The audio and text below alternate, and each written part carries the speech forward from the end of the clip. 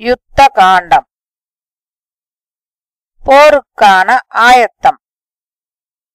அனுமனே, உனக்கு நான் எப்படி ஈடு செய்ய முடியும்? ராமன் அவனை தழுவிக் கொண்டான். கடலை கடக்க என்ன செய்யலாம் என்று நாம் யோசிக்க வேண்டும். இப்போது அதுதான் எனக்கு திகைப்பை உண்டு பண்ணுகிறது.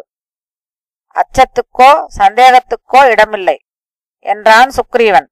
நாம் இலங்கைக்கு ஒரு பாலம் கட்ட வேண்டும். பிறகு ராவணனால் நம்மை ஒன்றும் செய்ய முடியாது. உமது வருத்தத்தை கோபமாய் மாற்றிக்கொள்ளும். ராமனே, உம்மை எதுவும் தடுத்து நிறுத்த முடியாது. சுக்ரீவா, நீ சொல்வது சரிதான். ராமன் ஒப்புக்கொண்டான். கடலை கடக்க ஏதாவது ஒரு உபாயம் கண்டறிந்தாக வேண்டும். அனுமனே, இலங்கையின் கட்டுக்காவல்களை பற்றி சொல் என்று கேட்டான். நகரத்தை சுற்றிலும் உயர்ந்த மதில்கள், கனத்த கதவுகள் கொண்ட 4 வாயில்கள், அகழிகளில் முதலைகள், காடுகள் போர்த்திய செங்குத்தான மலை மீது அந்த நகரம் அமைந்திருக்கிறது. ஆயுதம் தாங்கிய லட்சோப லட்சம் வீரர்கள் அதனை காத்து நிற்கிறார்கள் என்றான் அனுமன். படை புறப்பட்டது. இன்று சந்திரன் ஹஸ்தத்துடன் சேர்ந்திருக்கிறான். நம்முடைய படைகள் இன்றே புறப்பட்டால் நமக்கு வெற்றி உறுதி. ராமன் படைகளுக்கு தலைமையேற்றான். சுக்ரீவன் மூலம் தளபதிகளுக்கு உத்தரவு பிறப்பித்தான்.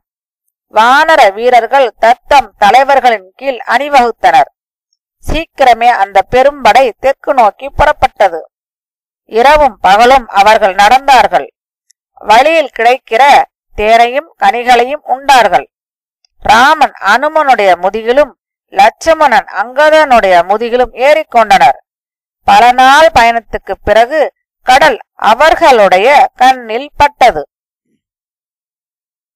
சூரியன் அடிவானில் விழுகிற போது அவர்கள் கடற்கரையில் முகாமிட்டனர். ராமனும் லட்சுமணனும் அருகருகே அமர்ந்திருந்தனர். ராமனுடைய சிந்தனை சீதையையே சுற்றி வந்தது.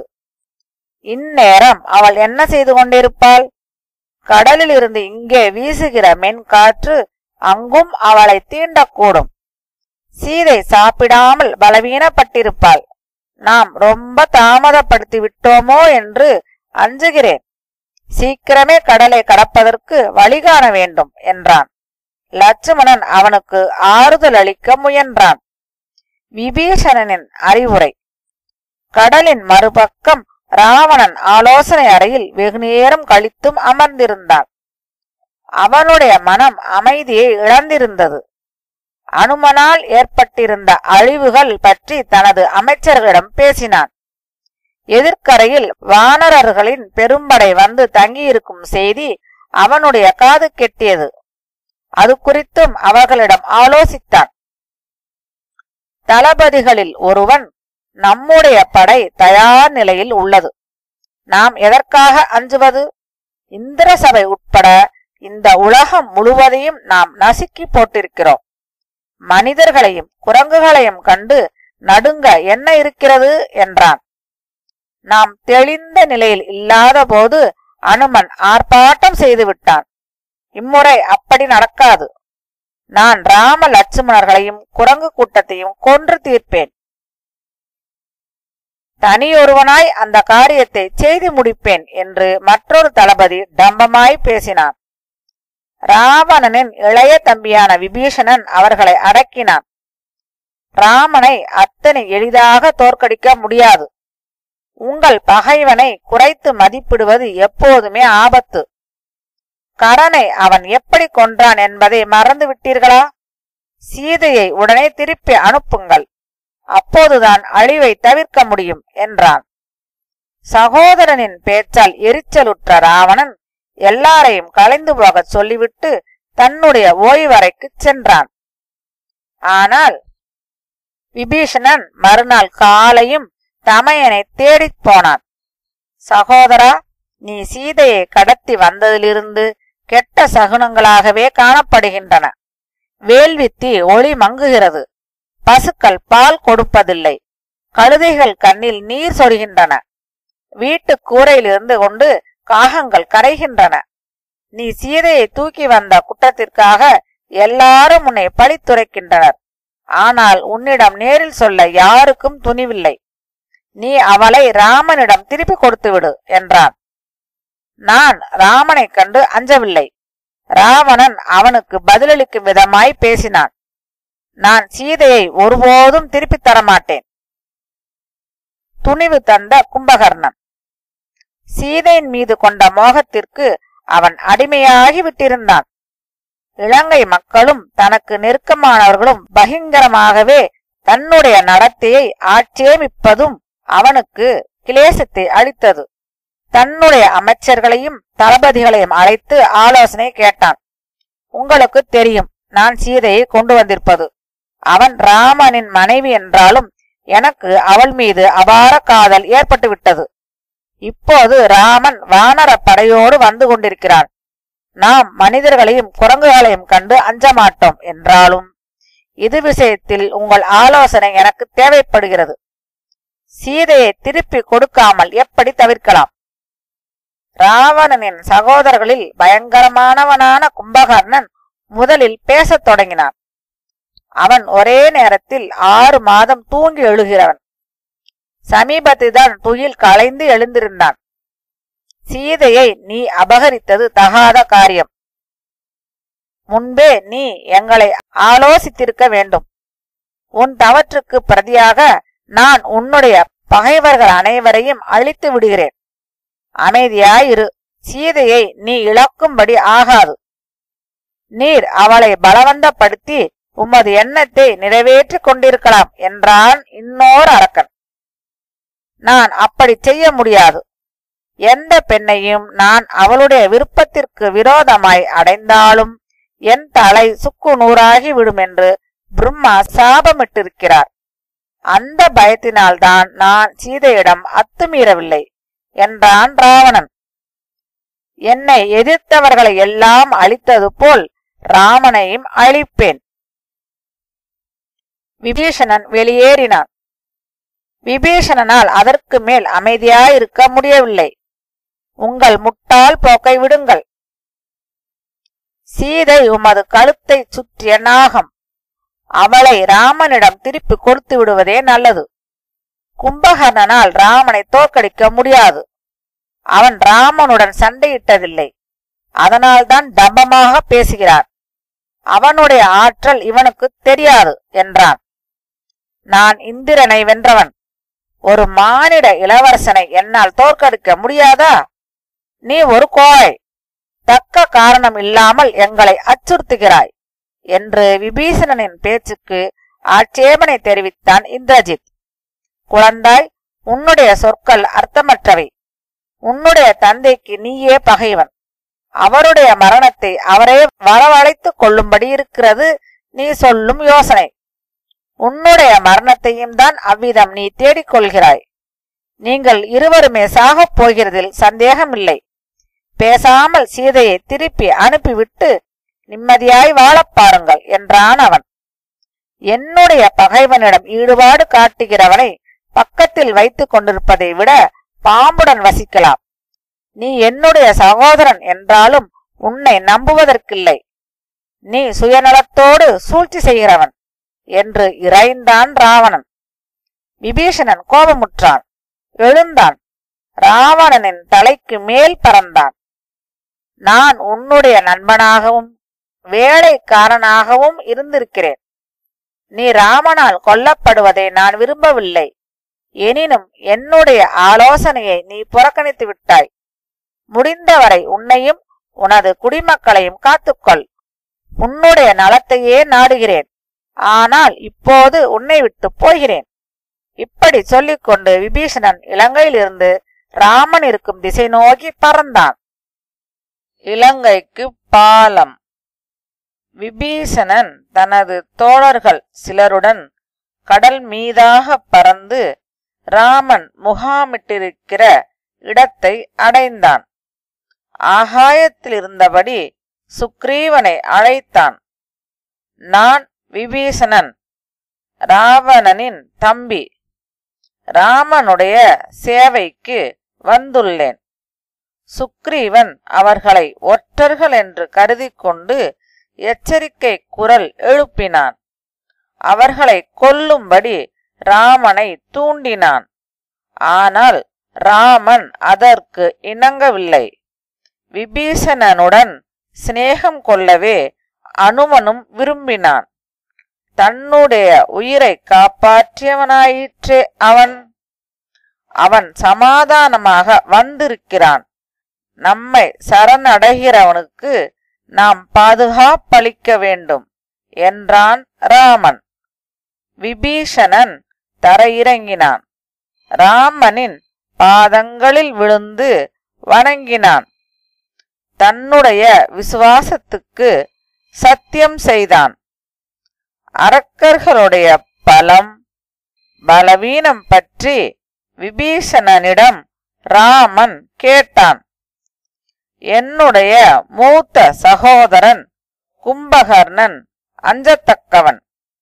இந்திரஜித் போர்க்களத்தில் மறைந்து சண்டை செய்யும் மாயம் கற்றவன். அதனால் அவனை எளிதில் வெல்ல முடியாது. ராவணனோ சொர்க்கலோகத்து கடவுள்களை தோற்கடித்தவன் என்று தெரிவித்த விபீஷணன் குறிப்பிடத்தக்க மற்றவர்களை பற்றியும் விவரித்தான். நான் ராவணனுடைய வீரச் செயல்களை அறிவேன். ஆனால் அவனை கண்டு அஞ்சமாட்டேன். அவனையும் அவனுடன் இருப்பவர்களையும் கொல்லாமல் நான் அயோத்திக்கு திரும்புவதாயில்லை. அப்போது உன்னை இலங்கையின் அரசனாய் முடிசூட்டிச் செல்வேன் என்று பதிலளித்தான் ராமன். என்னை தாங்கள் நம்பலாம் என்று மீண்டும் உறுதியளித்தான் விபீஷணன். ராமன் அவனை தழுவிக் கொண்டான். பிறகு கடலை எப்படி கடப்பதென்ற யோசனையில் ஆழ்ந்தான். பறவை வடிவில் வந்தவன் அன்றிரவு கடற்கரை முகாம்களை ஆராய்ந்து வரும்படி ஒற்றன் ஒருவனை ராவணன் அனுப்பி இருந்தான். அவன் வேவு பார்த்துவிட்டு வந்த வேகத்தில் திரும்பிச் சென்றான். ராவணனிடம் கடற்கரையில் இன்னொரு கடலாய் இருக்கிறது வானர சேனை. தீர்மானித்து செயல்பட வேண்டிய நேரம் இது என்று சொல்லிச் சென்றான் அவன். அச்சமுற்ற ராவணன் சுகன் என்ற அரக்கனை அழைத்து வரச் செய்தான். அவன் நினைத்த வடிவை எடுக்கக்கூடியவன். ராவணனின் தூதுவனாய் பறவை வடிவில் சுக்ரீவனை நாடிச் சென்றான். ராவணன் விடுத்த செய்தி இது: சுக்ரீவா, நான் உனக்கு எந்த கெடுதலும் செய்யவில்லை. எனக்கு சகோதரன் ஆவாய். என்னை நீ எதற்காக எதிர்க்க வேண்டும்? உன்னால் இலங்கையை வெற்றி கொள்ள முடியாது. கிஷ்கிந்தைக்கு திரும்பிச் செல் என்றான். வானரர்கள் பறவை வடிவில் இருந்த அரக்கனை பிடித்து அவனுடைய சிறகுகளை பீத்தெறிய முயன்றார்கள். ஆனால் தூதுவர்களை துன்புறுத்தக் கூடாது என்று ராமன் அவர்களை தடுத்து விட்டான். சுக்ரீவன் அந்த பறவையிடம் சொன்னான், ராவணனிடம் தெரிவித்து விடு, அவன் என்னுடைய சகோதரன் அல்ல. ராமனின் விரோதி, எனக்கும் விரோதிதான். ராமன் இலங்கையை அழிப்பார். ராவணனையும் அவனது சகோதரனையும் கொன்று போடுவார். வழிவிட்டது கடல். சமுத்திரராஜன் ஒன்று தனக்கு வழிவிட வேண்டும் அல்லது தன்னுடைய கையில் மாள வேண்டும் என்று உறுதி செய்து கொண்டான் ராமன். கடற்கரையில் 2-3 நாள்கள் காத்திருந்தும் அவன் கண்ணில் படவில்லை. ராமனின் கண்கள் கோபத்தில் சிவந்தன. உலகம் கோபத்துக்கு கொடுக்கிற மரியாதையை பொறுமைக்கு கொடுப்பதில்லை என்று தெரிகிறது. இன்று நான் கடலை 2ஆக பிளக்கிறேன். கடல் நீர் வற்றும்படி செய்கிறேன். அதிலுள்ள ஜீவராசிகள் அழிந்து போகட்டும். அவன் தனது வில்லை எடுத்து அஸ்திரம் ஒன்றை ஏவினான். அது அக்னி தன்மை கொண்டது. கடல் நீரை கொதிக்கச் செய்துவிட்டது. கடல்வாழ் உயிரினங்கள் சிரமத்துக்குள்ளாயின. ராமன் இரண்டாவது அஸ்திரத்தை தனது வில்லில் பொருத்தினான். வானம் இருண்டது, காற்று ஓலமிட்டது, ஆறுகளும் ஏரிகளும் நடுங்கின, இடி மின்னல் முழங்கிற்று. சமுத்திரராஜன் நீரிலிருந்து வெளிப்பட்டான். பலவித ஆபரணங்கள் அவனது உடலை அலங்கரித்தன. பாம்புகள் அவனை சூழ்ந்து காணப்பட்டன. அவன் ராமனை கைகூப்பி வணங்கினான். தங்கள் குரங்குகள் வழி செய்து கொண்டு போக அனுமதிக்கிறேன். வானர தளபதி நீலன் விஸ்வகர்மாவின் மகன். அவனுக்கு உத்தரவிடுங்கள். எனது மேற்பரப்பில் கற்களையும் மரங்களையும் கொண்டு அவன் நடைபாதை உருவாக்கட்டும். நானும் அதற்கு உதவுகிறேன் என்றான். பாலம் கட்டுதல். ராமன் பாலம் கட்டும் பொறுப்பை நீலனிடம் ஒப்படைத்தான். வேலை தொடங்கிய முதல் நாளிலேயே பலகாத தூரத்துக்கு பாலம் போட்டார்கள். 5 நாட்களிலேயே முழு வேலையும் முடிந்தது. நடைபாதை அகன்றதாகவும் சமமாகவும் நேராகவும் அமைந்திருந்தது. வானரர்கள் ஆரவாரத்துடன் வானுக்கும் பூமிக்குமாய் தாவிச் சென்றனர். இலங்கை கடற்கரைக்கு சென்றதும் படைகள் முகாமிட்டன. கடற்கரையிலேயே இரவை கழிப்பது என்று தீர்மானமாயிற்று. பொழுது புலர்ந்ததும் நகரத்தை நோக்கி புறப்பட்டார்கள். எல்லாரும் புத்துணர்வோடு இருந்தார்கள். ராமன் படையை ஒரு மனிதனின் வடிவில் அணிவகுத்தான். ரிஷபன் வலக்கையிடத்தும், கந்தமதன் இடக்கையிடத்தும், சுக்ரீவன் கால்பகுதிகளிலும், ஜாம்பவான் இடுப்பிலும், நீலன் இருதயத்திலும், ராம லட்சுமணர்கள் தலைப்பகுதியிலும் இருந்து படை நடத்துவார்கள். பறவையாகிய ஒற்றறியச் சென்ற சுகன் ராவணனிடம் திரும்பி வந்தான். தங்கள் செய்தியை சுக்ரீவனுக்கு தெரிவித்தேன். அந்த குரங்குகள் கொடூரமானவை. என்னை கொன்றே போட்டிருக்கும். நல்ல காலமாய் ராமன் என்னை காப்பாற்றினான். அவர்கள் கடலில் பாலம் போட்டு இலங்கைக்கு வந்து விட்டார்கள். குரங்குகளும் கரடிகளும் எண்ணிக்கையில் பல கோடி இருக்கும்.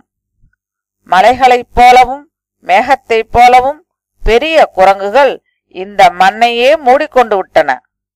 அவர்கள் நமது நகரத்து சுவர் பக்கம் நெருங்கிக் கொண்டிருக்கிறார்கள். ஒன்று நாம் சீதையை திருப்பி அனுப்பிவிட வேண்டும், அல்லது உடன் போருக்கு தயாராகிவிட வேண்டும் என்றான். நான் ஒருபோதும் சீதையை திருப்பி அனுப்ப மாட்டேன். என் வில்லின் ஓசை கேட்டு ராமன் விருண்டோடுவான் என்று சொல்லிக் கொண்டான் ராவணன். ராமனின் படைகள் அமைத்திருக்கும் வியூகத்தை கண்டறிய 2 ஒற்றர்களை அனுப்பினான் ராவணன். அவர்கள் மாறு வேடத்தில் இருட்டை பயன்படுத்திக் கொண்டு எதிரிப்படையில் நுழைந்தனர்.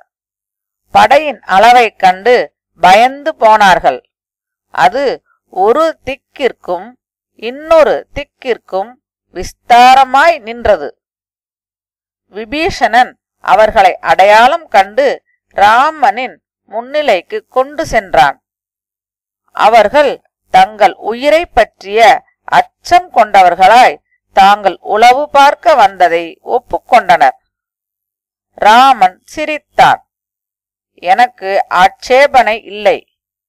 நீங்கள் அறிய விரும்பினவற்றை விபீஷணன் உங்களுக்கு காண்பிப்பான். பிறகு நீங்கள் ராவணனிடம் சென்று நாளை காலை என்னுடைய கோபத்தை அவன் மீது செலுத்துவேன் என்பதை தெரிவியுங்கள் என்றான். அவர்கள் விடுவிக்கப்பட்டார்கள். ராவணனிடம் சென்று எல்லாவற்றையும் சொன்னார்கள். ராமன், லட்சுமணன், சுக்ரீவன், விபீஷணன் இந்த 4 போதும் இந்த நகரத்தை நாசப்படுத்த. பிரபோ, அவர்களோடு விளையாட வேண்டாம். தாமதமின்றி சீதையை ஒப்படைத்து விடுங்கள், அமைதியை வேண்டுங்கள். ராவணன் இந்த உலகம் முழுவதுமே என்னை எதிர்த்தாலும் சீதையை நான் திருப்பி அனுப்ப மாட்டேன் என்று புயலாய் சீறினான். என்னை கொத்தளத்துக்கு அழைத்து போங்கள், அந்த படையை எனக்கு காண்பியுங்கள் என்றான். வானரர் கூட்டத்தில் இருந்த முக்கிய தளபதிகளை சுட்டி காண்பித்தான். ஒவ்வொருவரின் பலத்தையும் விவரித்தான். ராவணன் லட்சோப லட்சம் வீரர்களை கண்டு நடுக்கமுற்றான். எனது முன்னிலையில் அந்த காட்டுமிராண்டிகளை நீ உயர்த்தி பேசக்கூடாது. பற்களை நரநரத்தான் ராவணன். என்னை சுற்றி இப்படிப்பட்ட முட்டாள்களா? போங்கள், திரும்பி வராதீர்கள். உங்கள் அதிர்ஷ்டம் உயிரோடு போவது என்று எரிந்து விழுந்தான். ராமனின் ஒவ்வொரு அசைவையும் கண்காணிக்க ஒற்றர்களை ஏவினான். அவர்களும் வானர படையிடம் அவமானமுற்று திரும்பி வந்தார்கள். தான் பணிவதில்லை என்பதில் ராவணன் உறுதியாயிருந்தான். தனது மாளிகையின் உட்பகுதியில் இருந்து கொண்டு மாயங்களில் வல்லவனான வித்யுசிகனை அழைத்து வரச் செய்தான். நீ ராமனுடைய தலையை போன்று ஒரு தலையை உருவாக்கு. அவனுடைய கோதண்டத்தைப் போல் ஒரு வில்லையும் தயார் செய். நாம் மாய வலை விரித்து ராமன் இறந்து விட்டதாய் சீதையை நம்பச் செய்ய வேண்டும் என்றான். ராவணனின் பிடிவாதம். சீதையின் அழகிய முகத்தை காணும் ஆவலுடன் அவன் அசோகவனத்துக்கு சென்றான். அவள் கட்டாந்தரையில் தலை கவிழ்ந்து சோகத்துடன் அமர்ந்திருப்பதை கண்டான். உன் கணவனை பற்றிய செய்தியோடு வந்திருக்கிறேன். ராவணன் பேசலானான். அவன் மாண்டு விட்டான். நேற்றிரவு பிரகஸ்தன் வீரர்களுடன் சென்று ராமனையும் அவனது படையையும் கொன்று போட்டார்கள். சுக்ரீவனும் அனுமனும் கொல்லப்பட்டார்கள். விபீஷணனை கைது செய்து கொண்டு வந்திருக்கிறார்கள். பெண்ணே, இனி உனக்கும் எனக்கும் குறுக்கே யாரும் கிடையாது. நாம் இணைந்து கொள்வதற்கு எந்த தடையும் இல்லை. பிறகு ராமனுடைய தலையையும் வில்லையும் கொண்டு வரச் செய்தான். பார்த்து கொண்டாயல்லவா என்று உரக்கச் சிரித்தான். அவை மாயத்தில் உருவாக்கப்பட்டது என்பதை அறியாத சீதை மயங்கி விழுந்தாள். அப்படியே வெட்டுண்ட வாழை மரம் போல் கிடந்தாள். வேரோடு பிடுங்கி எரியப்பட்ட தாமரை கொடியை அவள் நினைவூட்டினாள். மயக்கம் தெளிந்ததும், ஐயோ, நான் மட்டும் இனி எப்படி உயிர் வாழ்வேன்? என்னையும் தங்களோடு அழைத்து கொள்ளுங்கள் என்று சொல்லி அழுதாள். அந்நிலையில் தளபதிகளிடமிருந்து அவசர செய்தி ஒன்று என்று ஒரு சேவகன் வந்து அழைத்தான். ராவணன் மனமில்லாதவனாய் அங்கிருந்து நகர்ந்தான். அவன் சென்றதுமே மாயையில் உருவாக்கப்பட்ட ராமனின் தலை காற்றில் ஆவியாகி மறைந்தது. சீதை அதனை பார்க்கவில்லை. ஆனால் விபீஷணனின் மனைவி பார்த்து விட்டாள். சீதே, நீ கவலைப்படாதே, இது ராவணனின் மாயை. ராமன் உயிருடன் நலமாக இருக்கிறார். அவர் தனது படைகளோடு கடல் கடந்து லங்காபுரிக்குள் பிரவேசித்து விட்டதை நான் கேள்வியுற்றேன். சீக்கிரமே உன் கணவன் இந்த நகரத்தை கைப்பற்றி உன்னை அடைவார் என்றாள். அப்போது வானர படையின் பேரிகைகள் முழங்கின. அந்த பேரொளி பூமியையும் ஆகாயத்தையும் அதிரச் செய்தது. அரக்கர்களுக்கு அச்சத்தை ஏற்படுத்தியது. மாலியவான் கூறிய அறிவுரை. சிறந்த வீரனும் ராவணனுடைய மனைவிக்கு பாட்டனுமான மாலியவான் அவனுக்கு புத்திமதி சொல்ல முயன்றான். புத்திசாலிகள் எப்போதும் தங்களை விட ஆற்றல் மிக்க பலசாலிகளுடன் சண்டை செய்ய மாட்டார்கள். சமாதானம் செய்து கொண்டு விடுவார்கள். நீ சீதையை ராமனிடம் திருப்பி தந்துவிட்டு சிநேகமாயிரு. அதுதான் எல்லோருக்கும் நல்லது. கடவுள் உயிர்களை இரண்டு விதமாய் படைத்தார். தெய்வத்தன்மை கொண்டது அரக்கத்தன்மை கொண்டது என்று. தெய்வத்தன்மை கொண்டவர்கள் அருளாளர்கள், அரக்கத்தன்மை கொண்டவர்கள் குரூரமானவர்கள். அருளாளரின் கைதான் எப்போதும் ஓங்கி இருக்கும். பகவான் விஷ்ணு அவர்கள் பக்கம் இருக்கிறார்.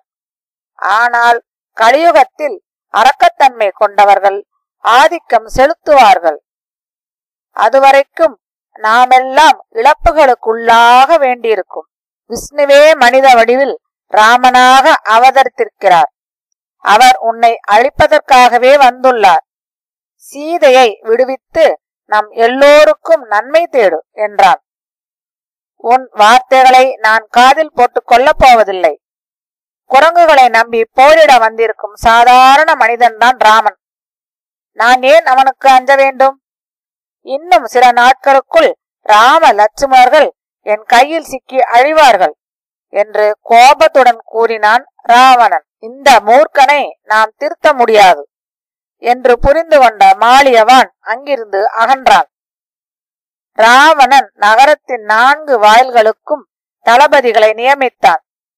கிழக்கு வாயிலுக்கு பிரகஸ்தனும், மேற்கு வாயிலுக்கு இந்திரஜித்தும், வடக்கு வாயிலுக்கு சுகசாரணரும், தெற்கு வாயிலுக்கு மகாபார்சுவனும் நியமிக்கப்பட்டார்கள். நகரின் மையப்படைகளுக்கு விருபாட்சன் தலைவனாக நியமிக்கப்பட்டான். எல்லாம் தயார் நிலையில் வைக்கப்பட்ட திருப்தியுடன் ராவணன் அந்தப்புரத்துக்கு சென்றான். போர் மூண்டது. போர்க்களம் எதுவென்று உறுதி செய்ய ராமனும் அவனை சேர்ந்தவர்களும் சுவேலமலை உச்சிக்கு சென்றனர். அங்கிருந்து பார்த்தால் இலங்கை நகரம் தெளிவாக தெரிந்தது. அந்திவானம் செம்மை பூசிக்கொண்ட போது கொத்தளங்களில் அணிவகுத்திருந்த அரக்கற்படையை அவர்கள் பார்த்தார்கள். முழு நிலா எழுந்தது. போருக்கு முந்திய இரவை அந்த மலை உச்சியிலேயே கழிப்பதென்று தீர்மானித்தார்கள். காலையில் சோலைகளும் புல்வெளிகளும் அருவிகளுமாய் தங்களுக்கு கீழே ஒரு பெரிய நிலப்பரப்பை கண்டார்கள். பறவைகளின் கீதம் அந்த பிரதேசத்துக்கு ஜீவ கலையை தந்தது. அதற்கு மேல் தெரிவது திரிகூடம். அதன் உச்சியில் அமைந்தது இலங்கை நகரம் என்று அவர்கள் பேசிக்கொண்டார்கள். நகர வாயில்களின் பின்னே ராவணனின் பொன்வேந்த மாளிகை தென்பட்டது. அந்த கொடிகள் அந்த விண்ணுலகத்தை தொடுவது போல் இருந்தது. வடக்கு கொத்தளத்தில் அவர்கள் வியப்படையும் வண்ணம் ராவணன் செந்நிற பட்டுடையில் நின்றிருந்தான். சுக்ரீவனின் துணிச்சல். ராவணனை கண்ட சுக்ரீவன் கோபத்துடன் கூச்சலிட்டான். சுவேலமலை உச்சியிலிருந்து ராவணனின் கொத்தளத்துக்கு தாவினான். இன்று நான் உன்னை கொல்லப் போகிறேன் என்று கத்தியபடி யாரும் எதிர்பாரா கணத்தில் ராவணனுடைய மகுடத்தை கீழே தள்ளினான். உன் உடம்பிலிருந்து தலையை தனியாக கிள்ளி எறிவேன் என்று உருமினான் ராவணன். இருவரும் போர் செய்ய தொடங்கினர். அடித்தனர், குத்தினர், கட்டி புரண்டனர். இருவருமே மல்யுத்தம் செய்கிற வீரர்கள்தாம். யாருடைய கை ஓங்கியது என்று சொல்ல முடியவில்லை. ஆனால் ராவணன் மாயத்தில் 1000 ராவணர்களாய் தோன்றி மறுத்தலானான். தான் யாருடன் போர் புரிவது என்று சுக்ரீவனுக்கு குழப்பமாகிவிட்டது. அவன் உடனே ஆகாயத்தில் பாய்ந்து சுவேலமலை உச்சிக்கு திரும்பிவிட்டான். அங்கிருந்தவர்கள் சுக்ரீவனின் துணிவை போற்றி கொண்டாடினர். ராமனும் லட்சுமணனும் வானர தளபதிகளை அழைத்து இலங்கையின் சுற்றுச்சுவரை நோக்கி படைகளை நடத்தச் செய்தனர். வானரர்கள் தங்கள் கைகளில் மரங்களை பாறைகளை வைத்துக்கொண்டு போர் செய்ய தயாராயினர். தாக்குதலுக்கு முன்பாக அங்கதன் மூலம் ராவணனுக்கு ஒரு செய்தி அனுப்பினான் ராமன். அவன் கொத்தளங்களின் மீது பறந்து ராவணனின் முன்பாக நின்றான். ராமன் உமக்கு ஒரு செய்தி அனுப்பி உள்ளார். உமது பாவங்களுக்கு தகுந்த தண்டனை வழங்கும் நேரம் வந்துவிட்டது. ஒரு குற்றமும் செய்யாதவர்களை எல்லாம் இத்தனை காலமும் பயமுறுத்தி கொண்டிருந்தாய். இப்போது உன்னை நான் தண்டிக்கப் போகிறேன். போர்க்களத்தில் உன்னை நான் கொல்வேன். அவ்விதமாய் உனது பாவங்களில் இருந்து உனக்கு விடுதலை கிடைக்கும். நீ விண்ணகம் செல்வாய், சாவதற்கு தயாராயிரு என்று அறிவித்தான். இந்த தீய குரங்கை பிடித்து போய் கொன்று போடுங்கள் என்று சபித்தான் ராவணன். 4 அரக்கர்கள் அங்கதனை பற்றினார்கள். ஆனால் அவன் அந்த 4வரோடும் விண்வெளிக்கு தாவினான். அந்தரத்தில் அவர்களை உதறி தள்ளினான். அவர்கள் தரையில் மோதி விழுந்தார்கள். அங்கதன் ராமனிடம் போய் சேர்ந்தான். இலங்கை சுவர்களுக்கு பின்னால் நின்றிருந்த ராமன் சீதையை நினைத்துக் கொண்டான். போரை துவக்க உத்தரவிட்டான். வானரர் கூட்டம் மதில்களில் தாவி காவல் புரிந்தோரை தாக்கினர். பாறைகளும் மரங்களும் தான் அவர்களுடைய ஆயுதம். நகரத்தின் வலிமை மிக்க வாயிற்கதவுகளை மோதி தள்ளினர். பொன்னிற கவசம் அணிந்த அரக்க வீரர்கள் போர் செய்யும் ஆர்வத்துடன் களத்துக்கு வந்தனர். அவர்கள் கத்தி, கோடாரி, கதாயுதம் போன்றவற்றால் வானரர்களை தாக்கினர். வானரர்களோ தங்களுடைய கூரிய நகங்களையும் பற்களையும் கூட ஆயுதமாய் பயன்படுத்தினர். பார்க்கிறவர்கள் மயிர்கூச்செறியும்படி உக்கிரமான சண்டை நடந்தது. நேரம் செல்ல செல்ல அரக்கர்கள் ஒருவர் பின் ஒருவராய் அழிந்தனர். களமெங்கும் கத்திகள், ஈட்டிகள், அம்புகள், நொறுங்கிவிட்ட தேர்கள், இறுதி மூச்சை இழந்துவிட்ட யானைகள். இருட்டத் தொடங்கியது. ஆனால் சண்டையோ சூடுபிடித்தது. ராமனின் அம்புகள் கொடிய தீ நாக்குகளுடன் பளபளத்தன. மாயத்தில் வல்லவன். இரவானதும் இந்திரஜித்துடன் சண்டையிட்டுக் கொண்டிருந்த அங்கதனின் கை ஓங்கியது. ஆனால் மாயங்களில் வல்லவனான இந்திரஜித் கண்ணுக்கு புலப்படாமல் மறைந்து நின்று போர் செய்யலானான். முன்பு அனுமன் மீது பிரயோகித்த பிரம்மாஸ்திரத்தை பயன்படுத்த தயாரானான். ராம லட்சுமணர்கள் மீது சரமாரியாய் அம்பு மழை பொழிந்தான். அவை சாதாரண அம்புகள் அல்ல, கொடிய நாகபானங்கள். ராமன் இந்திரஜித்திடம் இருந்து தன்னை பாதுகாத்துக் கொள்ள முடியாதவனானான். தன்னுடைய பகைவன் கண்ணுக்கு தெரிந்தால்தானே எதிர்த்தாக்குதல் நடத்துவதற்கு. நாகபானங்களால் தாக்கப்பட்ட ராமனும் லட்சுமணனும் போர்க்களத்தில் மயங்கி கிடந்தனர். இந்திரஜித் அதுதான் சமயம் என்று தனது தாக்குதலை கடுமையாக்கினான். அவர்களுடைய உடம்பெங்கும் சரங்களால் துளைத்தான். போங்கள் மரணலோகத்துக்கு என்று கோபமாய் கூவினான். ராம லட்சுமணர்கள் சுய நினைவற்றவராய் வலியுடன் நடுங்கி கிடந்தனர். அவர்கள் செத்து போய்விட்டதாய் எண்ணிக்கொண்டு இந்திரஜித் தனது தந்தையிடம் சென்றான். களத்தில் கலக்கம். இரவு முடிந்து வெளிச்சம் வந்ததும் சுக்ரீவனும் விபீஷணனும் மற்றவர்களும் 2 இளவரசர்கள் விழுந்து கிடந்த இடத்துக்கு சென்றார்கள். அசைய முடியாமல் சிரமத்துடன் அவர்கள் மூச்சு விட்டு கொண்டிருப்பதை கண்டார்கள். விபீஷணனை தவிர மற்றவர்கள் நம்பிக்கை இழந்து விட்டார்கள். ராமனின் பொலிவு குன்றவில்லை. செத்துக் கொண்டிருப்பவர்களின் தோற்றம் இப்படி இருக்காது. ராமனும் லட்சுமணனும் உயிர் பிழைத்துக் கொள்வார்கள். இந்திரஜித் ராவணனிடம் சென்று ராமனையும் லட்சுமணனையும் கொன்றுவிட்டதாய் தெரிவித்தான். ராவணன் மகிழ்ச்சி அடைந்தான். போர் முடிந்து விட்டதாக அரக்கர்கள் குதூகலித்தனர். சீதைக்கு போர்க்கள காட்சியை காண்பிக்கும்படி பெண்களுக்கு உத்தரவிட்டான். சீதையுடன் திரிசடையும் சென்றாள். அவள் சீதைக்கு பிரியமான தோழி. அசைவற்று கிடந்த ராம லட்சுமணர்களின் உடல்களை பார்த்து சீதை கண்ணீர் வடித்தாள். ஆனால் திரிசடை அவளை உற்சாகப்படுத்த முயன்றாள். இவர்கள் செத்து போய்விடவில்லை. செத்தவர்கள் இத்தனை பொலிவோடு இருக்க மாட்டார்கள் என்றாள் திரிசடை. ஆனால் சீதை ஆறுதல் பெற முடியாதவளாயிருந்தாள். அவளை மீண்டும் அசோகவனத்துக்கு அழைத்துச் சென்றார்கள். மூர்ச்சை தெளிந்தான். ராமன் மெல்ல கண்களை திறந்தான். லட்சுமணன் தன் அருகில் அசைவற்று கிடப்பதை கண்டான். அவன் இறந்து விட்டதா எண்ணி நம்பிக்கை இழந்தான். லட்சுமணன் இறந்து போனால் என்னுடைய வாழ்க்கை உபயோகமற்றதாகிவிடும். இன்னொரு சீதை கிடைத்தாலும் கிடைக்கலாம். ஆனால் இன்னொரு லட்சுமணன் கிடைக்கவே மாட்டான். நான் சோர்வுற்ற போதெல்லாம் எனக்கு ஆறுதல் அளித்தவன் அவன். இனி எனக்கு உற்சாகம் அளிப்பவர் யார் என்ற ராமன் சுக்ரீவன் பக்கம் திரும்பினான். உனது விசுவாசமிக்க சேவைக்கு என்னுடைய நன்றி. நீயும் உனக்கு துணையாய் நிற்பவர்களும் இப்போது கடல் கடந்து வீடுகளுக்கு சென்றாக வேண்டும். எனக்காக உன்னால் முடிந்ததையெல்லாம் நீ செய்தாய். நான் திருப்தி அடைந்தவனாய் இருக்கிறேன். இன்னும் உள்ள எல்லா கடமைகளிலிருந்தும் உன்னை விடுவிக்கிறேன் என்று வேதனை நிரம்பிய குரலில் ராமன் சொல்லிக் கொண்டிருந்தான். கருடனும் நாகங்களும். அப்போது காற்று பலமாக வீசியது. வானத்தில் மின்னல் மின்னியது. விஷ்ணுவின் வாகனமான கருடன் அங்கே தோன்றினான். அவன் ஜுவாலை விட்டெறியும் தீ போல பிரகாசித்தான். உடனே ராமனையும் லட்சுமணனையும் கட்டி போட்டிருந்த நாகபானங்கள் விலகின. கருடனுக்கு முன்பாக எந்த நாகமும் நிற்பதில்லை. அதனால்தான் அவை அச்சத்தில் ஓடி மறைந்தன.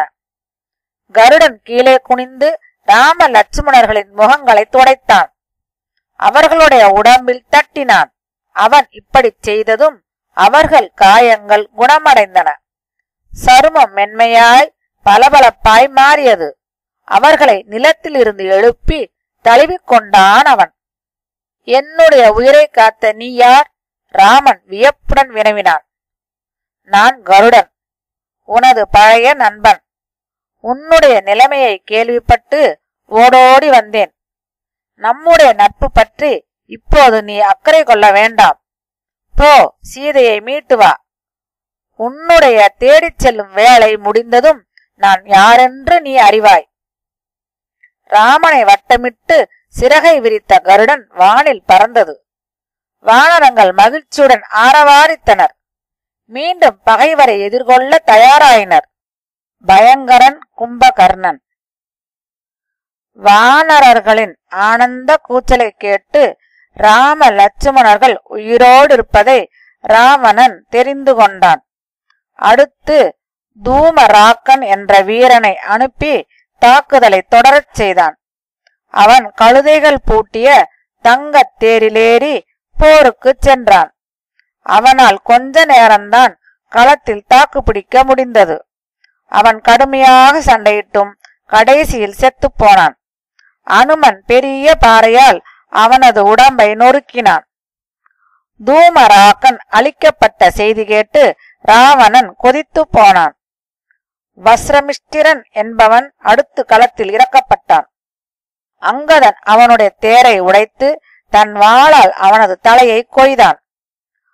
வஸ்ரமிஷ்டிரனை கண்டு அஞ்சிய வானரப்படை துணிவு பெற்றது.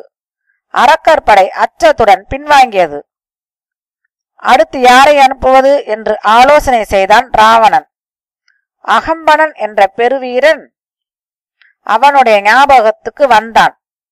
அகம்பனன் என்றால் அசைக்க முடியாதவன் என்று பொருள்.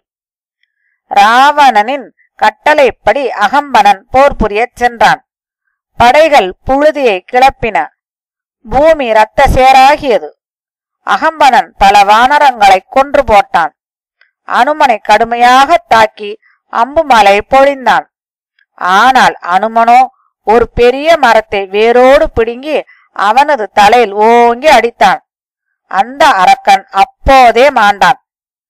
அகம்பனன் கொல்லப்பட்டான் என்றதுமே ராவணனுக்கு அச்சம் ஏற்பட்டது. எவராலும் வெல்ல முடியாதவன் என்று அவன் மீது அளவற்ற நம்பிக்கை வைத்திருந்தான். இப்போது நம்பிக்கை இழந்து நடுக்கம் கொண்டான்.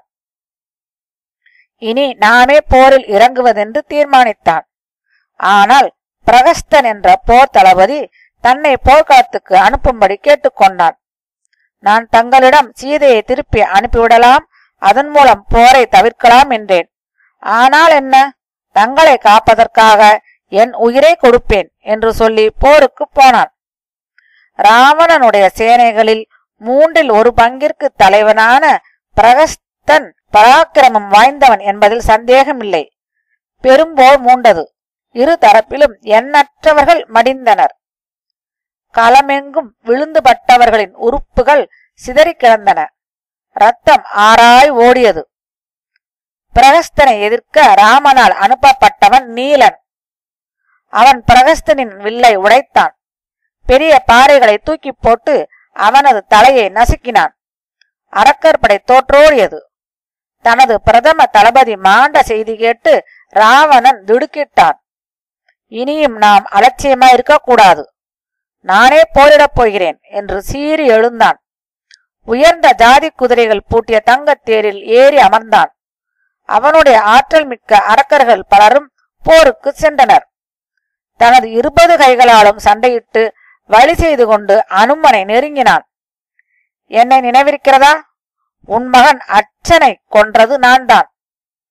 தேவர்களிடமும் அரக்கர்களிடமும் உனக்கு பாதுகாப்பு கிடைத்திருக்கலாம். ஆனால் வானரர்களிடம் விழிப்பாயிரு என்று அனுமன் இகழ்ச்சியாய் பேசினான். ஆத்திரமுற்ற ராவணன் அவனுடைய நெஞ்சில் ஓங்கி அடித்து கீழே தள்ளினான். லட்சுமணனை ஈட்டியால் தாக்கி காயப்படுத்தினான். அனுமன் ராவணனை ஒரு புறமாக தள்ளிவிட்டு லட்சுமணனை பாதுகாப்பான இடத்துக்கு கொண்டு சென்றான். ராமன் ராவணனை தாக்க முற்பட்டான். அவனுடைய தேரையும் ஆயுதங்களையும் நாசப்படுத்தினான். ஆற்றல் மிக்க அஸ்திரம் ஒன்றை செலுத்தி அவனது மார்பில் காயம் ஏற்படுத்தினான். உபாதை தாளாத ராவணன் தனது வில்லை நழுவவிட்டு தரையில் சாய்ந்தான். நிராயுத பாணியான ராவணனை கொல்ல ராமன் விரும்பவில்லை. அவன் இலங்கைக்கு திரும்பிச் செல்ல அனுமதித்தான். இன்று போரில் களைத்து விட்டாய், நாளை புது தெம்புடன் வா, நாம் மீண்டும் போர் புரிவோம். அப்போது என்னுடைய முழு பலத்தையும் நீ காண்பாய் என்றான். தேரையும் கிரீடத்தையும் இழந்த ராவணன் நிராயுத பாணியாக தலை குனிந்தபடி இலங்கை நோக்கி நடந்தான். அவனது மகிழ்ச்சியும் ஆணவமும் நீங்கியது. அப்போது பிரம்மாவின் எச்சரிக்கை அவனுடைய நினைவுக்கு வந்தது. மனிதர்களிடம் ஜாக்கிரதையாயிரு. அத்துடன் வேதவதியின் சாபமும் அவனது ஞாபகத்துக்கு வந்தது. எதிர்காலத்தில் ஒரு பெண்ணாய் மீண்டும் வருவேன், உன் சாவுக்கு காரணமாயிருப்பேன் என்றிருந்தாள் அவள். ஆனால் தான் பணியப் போவதில்லை என்பதில் அவன் உறுதியாயிருந்தான். அரண்மனையில் நுழையும் போது எதிர்ப்பட்டவர்கள் முகத்தில் விழிக்கவே அவனுக்கு கூச்சமாயிருந்தது. கும்பகர்ணனை எழுப்பி வாருங்கள் என்று உத்தரவிட்டான். மாமிசத்தையும் மதுவையும் உண்டு மாதக்கணக்கில் உறங்கிக் கொண்டிருப்பான் கும்பகர்ணன். அது பிரம்மா அவனுக்கிட்ட சாபம். சிறு வயதில் உயிரினங்களை அழிப்பதே கும்பகர்ணனின் பொழுதுபோக்காயிருந்தது. அவன் விழித்து கொண்டிருந்தால்தானே அப்படி இருக்கிறதென்று பிரம்மா அவனுக்கு தூக்கத்தை கொடுத்து விட்டார். 6 மாதம் தூங்கி ஒரு நாள் விழிக்கும் கும்பகர்ணன் அப்போது தூங்கிக் கொண்டிருந்தான். எனவேதான் ராவணன் அவனை எழுப்பி வரச் செய்தது. முன்பு ஆலோசனையின் போது விழித்திருந்த கும்பகர்ணன் தூங்கப் போய் 9 நாள் தான் ஆகியிருந்தது. தங்கத்தாலான நிலவரை மாளிகையில் உறங்கிக் கொண்டிருந்தவனை எழுப்ப அரக்க வீரர்கள் பெரும்பாடுபட்டார்கள். அவர்கள் எழுப்பிய மணியோசைகளுக்கும் முரசொலி தம்பட்ட முழக்கத்துக்கும் அவன் அசைந்து கொடுக்கவில்லை. பிறகு இரும்புலக்கை, பாறை, கதை, மரம் போன்றவற்றால் அடித்து குத்தி எழுப்ப முயன்றனர். யானைகள் பலவற்றை அவன் மீது நடக்கவிட்ட பிறகே அவன் விழித்தான். ஏன் என்னை எழுப்பினீர்கள்? இலங்கைக்கு ஏதேனும் ஆபத்தா என்று வீரர்களிடம் கேட்டான். நகரம் முற்றுகையிடப்பட்டிருக்கிறது. இன்றைய போரில் நமது மன்னர் ராமனின் தாக்குதலுக்குள்ளாகி தனது ஆயுதங்களை இழந்து தேரும் கிரீடமும் இல்லாமல் திரும்பி வந்திருக்கிறார் என்று அவர்கள் பணிவுடன் பதிலளித்தனர். நான் அந்த ராமனின் இரத்தத்தை குடிப்பேன், கர்ஜித்தான் கும்பகர்ணன். படுக்கை விட்டெழுந்தவன் முகத்தை கழுவிக்கொண்டான். 100கணக்கான சாடிகளில் இருந்த திராட்சை ரசத்தை குடித்தான். தனது அண்ணனை காணச் சென்றான். ராவணன் தான் பட்ட சிரமங்களை விவரித்ததும் சிரித்தான். சகோதரனே, உனக்கு நான் எச்சரிக்கை செய்தேன் இல்லையா? இப்போது உன்னுடைய ஆணவத்துக்கும் பாவங்களுக்குமான பலனை அறுவடை செய்து கொண்டிருக்கிறாய். ஆனால் ஒருபோதும் நீ அஞ்சாதே. உனது பகைவர்களை நான் விரட்டி அடிக்கிறேன், ராமனை விழுங்கி பசி தீர்க்கிறேன் என்றான். தம்பி, உன் பேச்சு எனக்கு ஆறுதலாயிருக்கிறது. உனது பலத்தில் வீரத்தில் எனக்கு சந்தேகமில்லை. ஆனாலும் நீ தனியாக செல்ல வேண்டாம். படையோடு செல். வானரர்கள் போர் முறை அறியாதவர்கள், கண்டபடி தாக்குவார்கள், எச்சரிக்கையாயிரு. கும்பகர்ணனின் பிரம்மாண்ட வடிவத்தை பார்த்து அச்சமுற்ற வானரர்கள் நாலா திக்குகளிலும் சிதறி ஓடினார்கள். அவர்களை மீண்டும் அணிவகுக்கச் செய்ய அங்கதனும் சுக்ரீவனும் வெகுவாய் சிரமப்பட்டார்கள். வானர வீரர்கள் நாலாபுறமும் இருந்து பாறைகளையும் மரங்களையும் வீசினார்கள். ஆனால் கும்பகர்ணனை எதுவும் அசௌகரியப்படுத்தவில்லை. அவன் ஒரே சமயத்தில் 10-20 பேரை தனது பலம் வாய்ந்த கைகளால் நசுக்கி போட்டான். தனது வயிறு நிரம்பும் அளவு சதையையும் இரத்தத்தையும் விழுங்கினான். கும்பகர்ணனின் முன்னேற்றத்தை முதலில் தடுத்தது அனுமன் தான். ஆனால் அரக்கன் தனது ஈட்டிக்கோலால் அவனுடைய மார்பில் குத்தி ரத்தம் கக்கச் செய்தான்.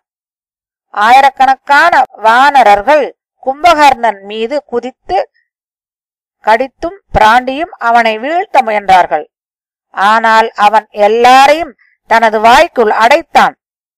அங்கதனும் சுக்ரீவனும் சிறு சிறு குன்றுகளை பெயர்த்து அவன் மீது எரிந்தார்கள். அனுமன் அவனுடைய ஈட்டியை ஒடித்து போட்டான்.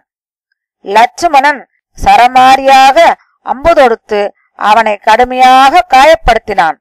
ஆனால் கும்பகர்ணனோ ராமனுடன் சண்டை செய்ய விரும்பினான். ராமனை கண்டதும் கோபத்துடன் அவனை நெருங்கினான்.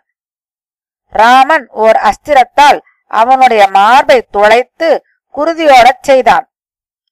கும்பகர்ணன் சித்தப்பிரமை கொண்டவனைப் போல் மூக்கத்தனமாய் ஓடினான். எதிர்பட்டவர்களை எல்லாம் கபலீகரம் செய்தான். நான் இங்கிருக்கிறேன், உன்னை கொல்வதற்கு தயாராயிருக்கிறேன் என்று கூவினான் ராமன். கும்பகர்ணன் உரக்க சிரித்தபடி ராமன் மீது பாய்ந்தான். தனது வலது கையில் கதாயுதம் ஏந்தியிருந்தான். ராமன் வாயு பகவான் சக்தியூட்டிய அஸ்திரம் ஒன்றை எரிந்து அவனுடைய வலது கையை அறுத்தான். அரக்கன் தனது மற்றொரு கையால் மரம் ஒன்றை பற்றி நின்றான். ராமன் அதையும் துணித்ததோடு மேலும் 2 அஸ்திரங்கள் விட்டு அவனுடைய பாதங்களை சேதித்தான். ஆனால் அதன் பிறகும் நரகத்தின் வாயில் போல தனது வாயை திறந்தபடி அவன் பறந்தான். ராமன் வைரமிழைத்த தங்கச் சரம் ஒன்றை செலுத்தினான். அது அரக்கனின் தலையை துண்டித்து ஆகாய மார்க்கத்தில் வீசியது. வெகு தூரத்துக்கு அப்பால் பூமியில் விழுந்தது. உடம்பு குலுங்கியதில் பூமி அதிர்ந்தது. கும்பகர்ணன் மாண்டதும் வானத்து தேவர்களும் வானர படைகளும் ஆரவாரம் செய்தனர். இந்திரஜித்தின் வீழ்ச்சி. தம்பியின் மரணச் செய்தி கேட்டு நிலை குலைந்தான் ராவணன். அவனுடைய மனம் வெகுவாய் கலங்கியது. விபீஷணனின் யோசனையை ஏற்க மறுத்தது எவ்வளவு பெரிய தவறு என்று அவனுக்கு இப்போது புரிந்தது. அவன் நம்பிக்கை இழந்த நிலையில் இருப்பதை கண்ட மைந்தர்கள் அவனை சூழ்ந்து கொண்டார்கள். தாங்கள் இன்னமும் ராமனை தோற்கடிக்க கூடியவராகவே இருக்கிறீர்கள், நாம் அவனை கொல்வோம் என்று அவனுக்கு நம்பிக்கை அளித்தனர். ராவணன் இழந்த உற்சாகத்தை திரும்ப பெற்றான். அவனுடைய மக்கள் யுத்தத்தில் வல்லவர்கள்தாம். வானத்தில் பறப்பார்கள். மாயக்கலை கற்றதால் மறைந்து நின்று போர் செய்வார்கள். ஆனால் இந்த போரில் அவர்கள் வானர தளபதிகளால் கொல்லப்பட்டனர். போருக்கு சென்ற நால்வரில் எஞ்சி நின்றது அதிகாயன் மட்டுமே. 1000 சூரியருக்கொப்பான பொலிவுடன் அவன் தேரில் சென்றான். கும்பகர்ணன் தான் மறுபிறவி எடுத்து வந்தானோ என்று வானரர்கள் எண்ணிக்கொண்டனர். அதிகாயன் லட்சுமணனை பார்த்து, அடை சிறுவனே, இங்கிருந்து போய்விடு, இல்லையோ மரணம்தான் என்றான். உண்மையில் லட்சுமணன் பராக்கிரமத்தில் அவனை விட மேலானவனாகவே இருந்தான். சண்டையில் அதிகாயனை வெல்ல முடியாதோ என்று அவன் நினைத்தான். காரணம், பிரம்மாவின் பாதுகாப்பு அதிகாயனுக்கு இருந்தது. அவனை வெல்ல ஒரே வழி பிரம்மா தனக்கு வழங்கிய அஸ்திரத்தை பயன்படுத்துவதுதான் என்று தோன்றியது. எனவே பிரம்மாஸ்திரம் விட்டு அதிகாயனின் தலையை துணித்தான் லட்சுமணன். ராவணனின் பிள்ளைகளில் இந்திரஜித் ஒருவனைத் தவிர மற்றவர்கள் மாண்டனர். தன்னை எதிர்த்து நிற்கும் ராமன் சாதாரண மனிதன் அல்லன். விஷ்ணு என்பதை ராவணன் புரிந்து கொண்டான். ஆனால் போரை கைவிட இந்திரஜித் ஒப்புக்கொள்ளவில்லை. இன்றைய போரில் ராம லட்சுமணர்கள் அழிவதை தாங்கள் காண்பீர்கள் என்று தந்தையிடம் வீரம் பேசினான். போருக்கு புறப்படும் முன் ஹவிஷ், பொறி, மாலை, கந்தம் கொண்டு ஓமம் செய்தான். ஓமத்தில் திருப்தியுற்ற அக்னி பகவான் இந்திரஜித்திடம் ஹவிஷை பெற்றுக் கொண்டான். இந்திரஜித் தனது வீரர்களை உற்சாகப்படுத்திவிட்டு ரதத்தில் ஏறினான். அவர்கள் பல்வேறு வடிவங்களில் அவனை தொடர்ந்தனர். ராமனுடைய படையைச் சேர்ந்த முக்கிய தலைவர்கள் மீது அவன் அம்புமழை பொழிந்தான். மின்னலை போல் அங்குமிங்கும் தோன்றினான். யாருடைய கண்ணுக்கும் தென்படாமல் சண்டையிட்டான். வானர படையினர் அவனுடைய தாக்குதலில் இருந்து தங்களை காத்து கொள்ள முடியாமல் திண்டாடினார்கள். ராம லட்சுமணர்களும் இந்திரஜித்தின் போர் முறை கண்டு திகைத்து போனார்கள். எல்லாரும் விழுந்து கிடக்க தான் வென்றதா எண்ணி இந்திரஜித் சென்றான். இந்நிலையில் அவனுடைய தாக்குதலுக்குள்ளாகாமல் தப்பித்தது விபீஷணனும் அனுமனும் தான். படுகாயமுற்று களத்தில் கிடந்த ஜாம்பவானை அவர்கள் கண்டனர். அனுமன் உயிரோடு இருக்கிறானா? மெலிந்த குரலில் கேட்டான் அவன். ஆம் என்ற விபீஷணன், ஆனால் அனுமனை மட்டும் ஏன் குறிப்பாக கேட்டது என்றான். நம் எல்லாரையும் காப்பாற்றக்கூடிய சக்தி அவனுக்குத்தான் உண்டு. இமயமலை தொடரில் சஞ்சீவி என்ற மூலிகை உள்ளது.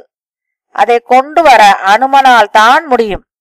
அவன் மட்டுமே அத்தனை தூரம் பறந்து செல்லும் ஆற்றலுடையவன். அந்த மூலிகை வந்தால்தான் எல்லாருக்கும் புத்துயிர் கிடைக்கும் என்றான் ஜாம்பவான். அனுமனும் சற்றும் தாமதியாமல் வடக்கு நோக்கி பறந்தான். கைலாய மலைக்கும் ரிஷப மலைக்கும் இடையே உள்ள பிரதேசத்தில் சஞ்சீவி மூலிகையை கண்டான். அது செழித்து வளர்ந்த குன்றை அப்படியே பெயர்த்தெடுத்து கொண்டு வந்தான். போர்க்களத்தில் அந்த மூலிகை வாசத்தை முகர்ந்ததுமே படுகாயமுற்ற வீரர்களுக்கு காயம் ஆறிப்போயிற்று. உயிரற்று விழுந்தவர்கள் உயிர் பெற்று எழுந்தார்கள். அரக்கர்களோ தங்களில் மாண்டவர்களின் சடலங்களை அவ்வப்போது கடலில் எரிந்து விட்டிருந்தபடியால் அவர்களை உயிர் பிழைக்க செய்ய முடியவில்லை. வானர படை பிழைத்துக் கொண்டது என்று செய்தி கேட்டு இந்திரஜித் நம்பிக்கை இழந்தான். எப்படியாவது ராமனையும் வானர படையையும் மனத்தளர்ச்சி செய்ய வேண்டும் என்று எண்ணினான். சீதை இறந்து விட்டாள் என்று ராமனை நம்பச் செய்தால் அவன் போரை கைவிட்டு திரும்புவான். இலங்கை காப்பாற்றப்படும் என்று பட்டது. தன்னுடைய மாய கலையை பயன்படுத்தி சீதையை போல் ஒரு போலியை தயாரித்தான். அந்த சீதையின் உருவத்தை தனது தேரில் வைத்துக் கொண்டு போர்க்களம் சென்றான். இந்திரஜித்தின் தேரில் சீதையை கண்டு அனுமன் ஆச்சரியப்பட்டான். வெளிரிய முகமும் நைந்த சேலையுமாய் அந்த சீதை ஒரு சோக சித்திரம் போல் இருந்தாள். அரக்கன் அவளுடைய தலைமுடியை பற்றி தன்னை நோக்கி இழுத்தான். கருணை இல்லாமல் அவளை அடித்தான். அனுமன் கோபத்துடன் பாய்ந்து வந்தான். இரக்கமற்ற கொடியவனே, உன்னுடைய தவறான செயலுக்கு நீ நரகம் செல்வாய் என்றான். இவளை கொல்லக்கூடாது என்பதை நானும் ஒத்துக்கொள்கிறேன். ஆனால் போர் என்று வந்தால் புண்ணிய பாவம் பார்க்க முடியாதே. ராமனுக்கு பிரியமான இந்த இளவரசியை இப்போது கொல்லப் போகிறேன் என்று இந்திரஜித் தனது கூறிய வாளால் அவளை வெட்டினான். தேர் முழுக்க இரத்த துளிகள் சிதறின. அனுமன் அளவற்ற சினத்தோடு ஒரு பெரிய பாறையை கொண்டு இந்திரஜித்தையும் அவனுடைய தேரையும் நசுக்க முயன்றான். ஆனால் இந்திரஜித்தோ வேகமாய் பின்வாங்கி சென்று விட்டான். அனுமன் அந்த கோரச் செய்தியை ராமனிடம் தெரிவித்தான். சீதை இறந்தாள் என்ற செய்தி கேட்ட ராமன் வேறற்ற மரம் போல் சாய்ந்தான். அளவற்ற சோகத்தில் ஆழ்ந்தான். லட்சுமணன் அவனுக்கு ஆறுதல் சொல்ல விரைந்து வந்தான். எதிர்பார்த்திராத முறையில் சம்பவங்கள் நடக்கவும் அந்த சகோதரர்கள் அதிர்ந்து போனார்கள். அப்போது அங்கே வந்த விபீஷணன் தான் அது இந்திரஜித்தின் தந்திரம் என்பதை விளக்கினான். ராவணன் ஒருபோதும் சீதை கொல்லப்படுவதை அனுமதிக்க மாட்டான். இந்திரஜித் முன்பே 2 முறை மாயத்தால் வீழ்த்த முயன்றான். இப்போதும் அக்னி பகவானுக்காக ஓமத்தை வளர்க்கிறான். இன்னோர் ஓமம் செய்ய அவனை விடக்கூடாது. நாம் எப்படியும் தடுத்தாக வேண்டும். நானே லட்சுமணனை அங்கே அழைத்து போகிறேன். இந்திரஜித்தை ஒரே வழியாக முடித்துவிட வேண்டும் என்றான். போகிற வழியில் அரக்கர் சேனையை அழிக்கும்படி அனுமனிடம் தெரிவித்தார். அவர்கள் தோற்றோடினால்தான் அவர்களை காப்பாற்ற இந்திரஜித் ஓமம் செய்வதை விட்டு ஓடி வருவான் என்று கருதினான் அவன். ஓமம் நடந்து கொண்டிருந்த இடத்தை விபீஷணனும் லட்சுமணனும் நெருங்கினார்கள். இந்திரஜித் அவர்களை கண்டதும் எச்சரிக்கையானான். கோபத்துடன் விபீஷணன் பக்கம் திரும்பினான். நீ ராவணனின் தம்பி, ஆனால் இப்போது எங்களுடைய பகைவனாகி விட்டாய். என்னை பற்றிய ரகசியங்களை வெளிப்படுத்தியதற்காகவே உன்னை இழிவாக கருதலாம் என்றான். நான் அரக்கனாய் பிறந்தாலும் அரக்க சுபாவம் என்னிடமில்லை. எனக்கென்று ஒரு வழியை நான் தேர்ந்தெடுத்துக் கொண்டேன். இந்திரஜித் வன்மத்துடன் லட்சுமணன் பக்கம் திரும்பினான். இன்னமும் அதிக தண்டனை தேவைப்படுகிறதா உனக்கு? உன்னை முன்பே 2 முறை தண்டித்திருக்கிறேன். அப்படியானால் இரு, சண்டை செய்வோம். பஞ்சை எரிக்கிற நெருப்பு மாதிரி எனது அம்புகள் உன்னை எரித்துவிடும் என்றான். சரமாரியாக அம்பு விட்டான். லட்சுமணனும் 5 அம்புகள் விட்டு அவனது மார்பை ஊடுருவச் செய்தான். சண்டை முடிவுக்கு வருவதாய் தெரியவில்லை. அந்நிலையில் இந்திரஜித்தின் மறைப்பு தொழில் பலவீனமுற்றது. அதுதான் சமயம் என்று லட்சுமணன் இந்திரஜித்தின் மீது ஒரு சக்தி வாய்ந்த அஸ்திரத்தை தொடுத்தான். அது இளம் பருவத்தில் விஸ்வாமித்திர முனிவரிடமிருந்து பெற்றது. ராமனை மனதில் எண்ணிக்கொண்டு இந்திரனுக்குரிய மந்திரத்தை உச்சரித்தபடி அஸ்திர பிரயோகம் செய்தான். அது நேராக சென்று இந்திரஜித்தின் தலையை அறுத்து போட்டது. லட்சுமணனின் வெற்றியை கண்டு தேவர்கள் மலர் தூவி வாழ்த்தினார்கள். ராமன் தனது சகோதரனை கட்டி தழுவினான். மூலிகைகளின் உதவியால் அவனுடைய காயங்கள் ஆறிப்போனது. ராவணனுடனான இறுதி போரை அவர்கள் எதிர்பார்த்திருந்தனர். ராவணனின் முடிவு. இந்திரஜித்தின் மரண செய்தி கேட்டு ராவணன் அடைந்த அதிர்ச்சி விவரிக்க இயலாததாகும். அவன் பேரிழப்புக்கு உள்ளாயிருந்தான். ஆனாலும் அவனுடைய வீரமும் ஆணவமும் குறைந்து விடவில்லை. சினத்தின் உச்சமாய் வாளெடுத்து சீதையை கொல்ல துணிந்தான். சுபர்ஸ்வன் என்ற அமைச்சன் தடுத்தான். இப்படி ஒரு வெறுக்கத்தக்க செயலை தாங்கள் செய்யக்கூடாது. மதத்தில் நம்பிக்கை மிக்கவர் ஒரு பெண்ணை கொன்று தனது சிறப்புகளை இழக்க வேண்டுமா?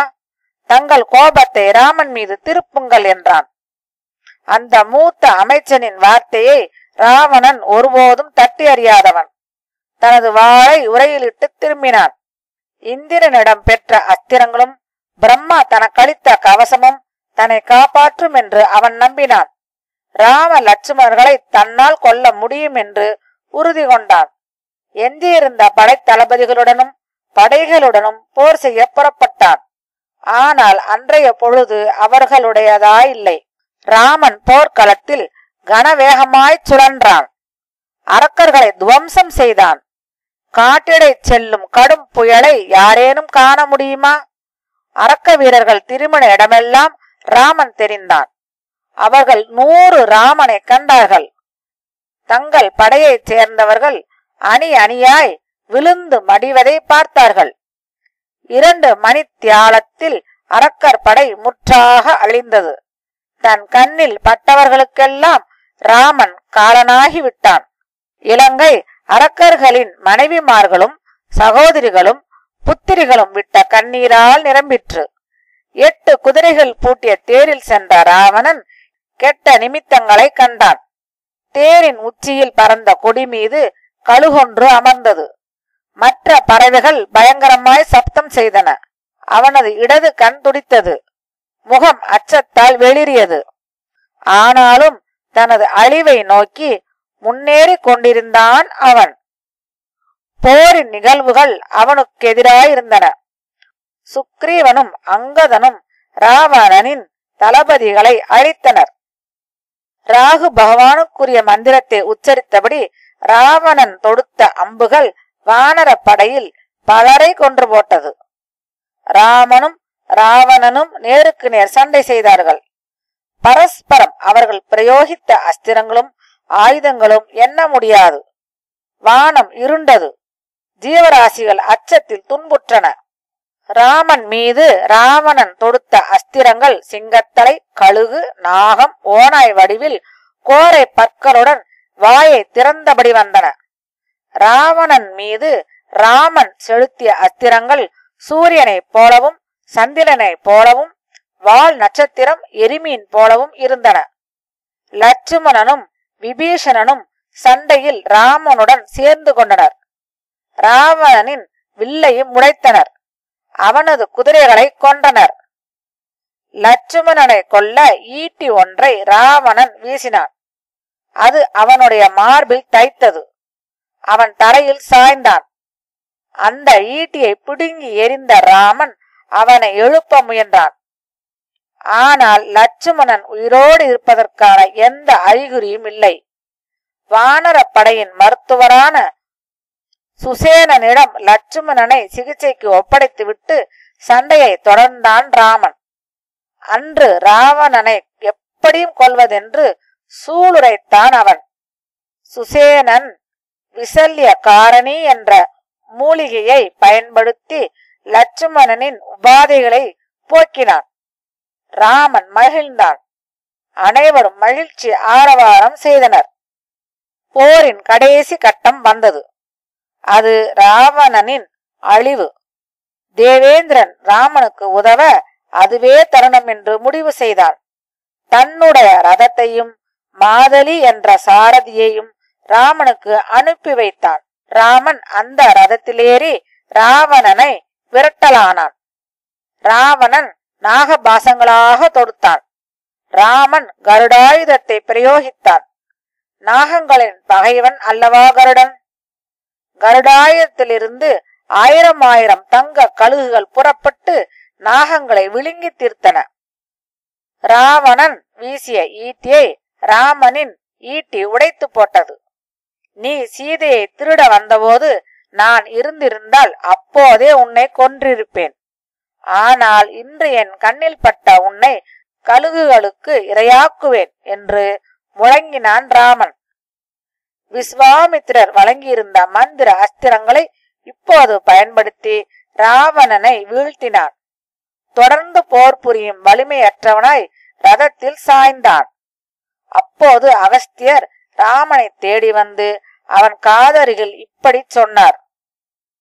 உயிர்களை ஆக்கவும் அழிக்கவும் செய்பவன் அக்னி பகவான். அவனை சிந்திப்பவர்க்கு வெற்றி. ராமன் வருத்தமும் சோர்வும் நீங்கினான். இந்திர தனுசை கையில் எடுத்தான். ராவணனை சுற்றி கழுகுகள் வட்டமிட வானம் இருண்டது. மேகம் திரளாமலேயே இடி இடித்தது. அவனது ரதத்தின் மீது இரத்த மழை பொழிந்தது. சூழ்நிலையை கவனித்த மாதலி சொன்னான், ராவணனை அழிக்க வேண்டிய நேரம் இது. அகஸ்தியர் தங்களுக்கு அளித்திருந்த பிரம்மாஸ்திரத்தை பயன்படுத்துங்கள் என்று. ராமன் அந்த அஸ்திரத்தை எடுத்தான். அதன் இறக்கை பகுதியில் வாயு பகவானும் கூர்முனையில் சூரிய பகவானும் தங்கியிருந்தனர். உரிய மந்திரம் சொல்லி அஸ்திரத்தை ராமன் ஏவினான். அது ராவணனின் இருதயத்தை ஊடுருவி சென்றது. அவனது உயிரற்ற உடல் மண்ணில் சாய்ந்தது. அந்த கணமே இளங்காற்று வீசி போர்க்களத்தில் இருந்த கெட்ட வாடைகளை போக்கியது. வானம் தெளிவானது. சூரியன் இதமான சூட்டுடன் பிரகாசித்தான். வானத்தில் இருந்து பூமழை பொழிந்தது. தேவ கானம் கேட்டது. மன்னகத்தில் வானரர்களும் விண்ணகத்தில் தேவர்களும் ராமனை சூழ்ந்து நின்று வாழ்த்தினார்கள். புதுப்பிக்கப்பட்ட இலங்கை. யுத்தம் முடிந்தது. விபீஷணன் தனது அண்ணனின் சடலத்தை கண்டு புலம்பினான். மாவீரனே, எனது யோசனையை கேட்டு நடந்திருந்தால் இன்று நீ மண்ணில் இப்படி விழுந்து கிடக்கும் நிலை வந்திருக்காதே. இலங்கையும் அதன் மக்களும் நீ இல்லாமல் வாழப் போகிறதில்லை என்று. ராமன் அவனிடம் அழுது புலம்பாதே, உலகத்தையே நடுநடுங்க வைத்துக் கொண்டிருந்தான். அவன் சாக வேண்டியவன்தான். ஒரு சிறந்த வீரனுக்குரிய விதத்தில் அவனுடைய மரணமும் சிறப்பாகவே அமைந்தது என்றான். அவன் நெறியற்றவன், ஆனால் தைரியமானவன். போரில் தனது முழு சௌரியத்தையும் காட்டினான். அவனை நாம் மரியாதையுடன் தகனம் செய்ய வேண்டும். பகை மரணத்தில் முடிகிறது என்று தனது உத்தம குணத்துக்கேற்ப வீரத்தை மதிக்கும் விதமாகவும் பேசினான். ராவணனின் மனைவியரில் முதன்மையான மண்டோதரி, தேவலோகத்தையே நிர்மூலப்படுத்திய நீ இன்று ஒரு மனிதனின் கையில் மாண்டு போனாய் என்று கதறினாள். ஆனாலும் விஷ்ணுவே ராமனாய் அவதரித்திருக்கிறார். உன்னை அழிப்பதற்காகவே அவர் அவதாரம் எடுத்தது. புண்ணியம் செய்தவர்கள் மகிழ்ச்சி அடைவார்கள், பாவம் செய்தவர்கள் துன்பத்தை அடைவார்கள். நீ செய்ததன் பலனை அடைந்தாய் என்று ராவணனின் மார்பில் விழுந்து அழுதாள். ராவணனுடைய மற்ற மனைவிகள் அவளை தேற்ற முயன்றனர். என்றும் அணையாத ராவணனின் ஓமத்தீயை அணைப்பதற்கு, ராவணனது சடலத்தை தீயிடுவதற்கும் ராமன் விபீஷணனை அனுப்பினான். கடற்கரையில் விபீஷணன் தனது தமையனின் இறுதிச் சடங்குகளை முடித்தான். குடும்பத்தைச் சேர்ந்தவர்கள் தீயில் அரிசி தூவினார்கள். வேத மந்திரங்கள் ஒழிக்க துக்கம் அனுஷ்டிப்பவர்கள் மௌனத்தில் கரைந்தார்கள். எல்லாம் முடிந்தது. அனைவரும் நகரத்துக்கு திரும்பினர். கோபம் தணிந்த ராமன் தனது ஆயுதங்களை ஒதுக்கி வைத்தான். மகிழ்ச்சி அவனுக்குள் ஊற்றெடுத்தது. அவனுடைய சாந்த சுபாவம் திரும்பியது. அக்கினி பரீட்சை. ராமனின் எண்ணங்கள் சீதையின் பக்கம் திரும்பியது. ராவணன் மாண்ட தகவலை அவளுக்கு தெரிவிக்கும்படி அனுமனை அனுப்பினான். அசோகவனத்தில் எப்போதும் போல் சோகமே உருவாய் இருந்தாள் அவள். அவன் சீதையின் முன்னிலையில் பணிவுடன் நின்று, அன்னையே, ராமர் நலமுடன் பத்திரமாக உள்ளார். ராவணனை அவர் கொன்று பழி தீர்த்தார். தாங்கள் அஞ்சிட தேவையில்லை என்றான். செய்தி கேட்ட சீதை மகிழ்ச்சியில் பேச முடியாமல் திக்குமுக்காடினாள். உலகின் விலை மதிப்பற்ற யாவற்றையும் விட இந்த செய்தி பெருமானம் உள்ளது. இனிய செய்தி கொண்டு வந்த உனக்கு நான் பிரதியாக எது கொடுத்தாலும் ஈடாகாது என்றாள். தங்கள் கணவருக்கு ஏதேனும் செய்தி உண்டா என்று கேட்டான் அவன். நான் அவரை பார்க்க விரும்புவதாக சொல் என பதிலளித்தாள் சீதை. தாங்கள் இன்றே அவரை காணலாம் என்ற அனுமன் சீதை சொன்ன செய்தியை ராமனிடம் தெரிவிக்க விரைந்து சென்றான். சீதை சர்வ அலங்கார பூசிதையாய் பல்லக்கில் அழைத்து வரப்பட்டாள். ராமன் ஆழ்ந்த சிந்தனையில் இருந்தான். இஷ்வாக குலத்தின் விதிப்படி பகைவனால் அவமதிக்கப்பட்ட ஓர் இளவரசியை அவளுடைய கணவன் நிராகரித்து விட வேண்டும். சீதை ராவணனுடைய சிறையில் 11 மாதங்கள் இருந்திருக்கிறாள். அவன் அவளை எவ்வாறு நடத்தியிருப்பான் என்பது யாருக்கு தெரியும்? ராமனை பொறுத்தவரை அவள் மீது முழுமையான நம்பிக்கை வைத்திருக்கிறான். ஆனால் அவளுடைய கண்ணியம் பகிரங்கமாய் நிரூபிக்கப்பட வேண்டும் என்று அவன் தீர்மானித்தான்.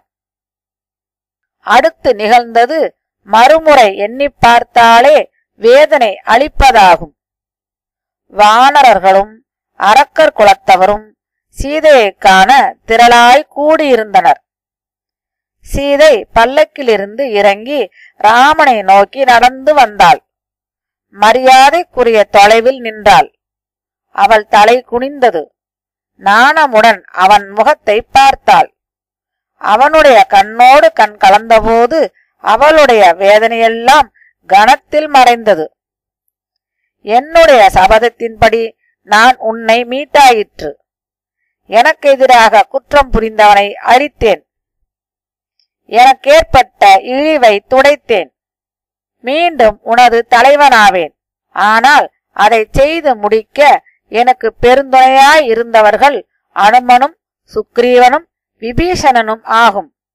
அவர்களுக்கு நான் கடமைப்பட்டிருக்கிறேன். ராமன் உணர்ச்சி வசப்படாமல் பேசினான். ஆனால் அவனுடைய குரல் வினோதமாய் ஒலித்தது.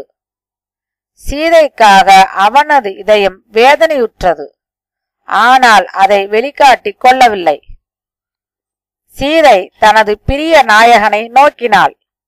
அவளது விழிகள் பெருக்கிய கண்ணீர் கன்னங்கள் வழியே உருண்டோட, அடுத்து அவன் என்ன சொல்லப் போகிறானோ என்று அஞ்சினாள். உன்னை மீட்டு பெற்றதன் மூலம் எனது கௌரவத்தை நான் மீண்டும் பெற்றுவிட்டேன். இஷ்வாகு குலத்தின் பெருமையை நிலைநாட்டவும் என்னுடைய பெருமையின் பொருட்டும் நான் அதை செய்தேன். உன்னுடைய கௌரவத்தை நீ திரும்ப பெறுவது அத்தனை சுலபமல்ல. தன்னுடைய கைகளால் தொட்டு உன்னை தூக்கி சென்ற அரக்கனின் மாளிகையில் நீ இருந்திருக்கிறாய். உன் மீது அவன் அளவற்ற மோகம் கொண்டிருந்தான். எனவே உன்னுடன் எனக்குள்ள இணைப்பை நான் விட வேண்டியானது.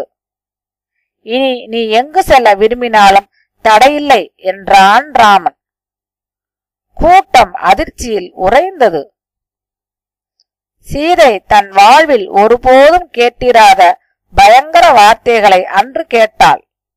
அந்த வார்த்தைகளின் பொருளை சிரமத்துடன் கிரகித்துக் கொண்டாள்.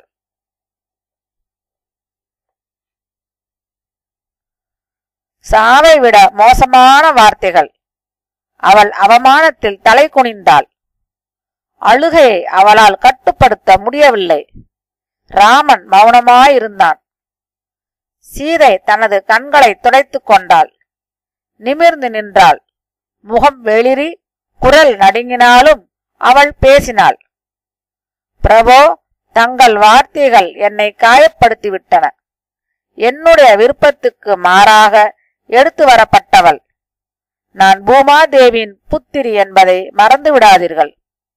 என்னை நிராகரிப்பதாயின் அனுமனை என்னிடம் முதல் முறை அனுப்பிய போதே தெரிவித்திருக்க வேண்டும். என் வாழ்க்கையை நான் முடித்துக் கொண்டிருப்பேன். ராவணனை கொல்வதற்காக எத்தனையோ பேரின் உயிரை அழிக்கும் நிலை ஏற்பட்டிருக்கிறதல்லவா?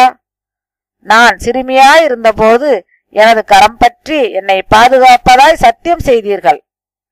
நான் எப்போதுமே தங்கள் நம்பிக்கைக்குரியவளாய் நடந்து வந்திருக்கிறேன்.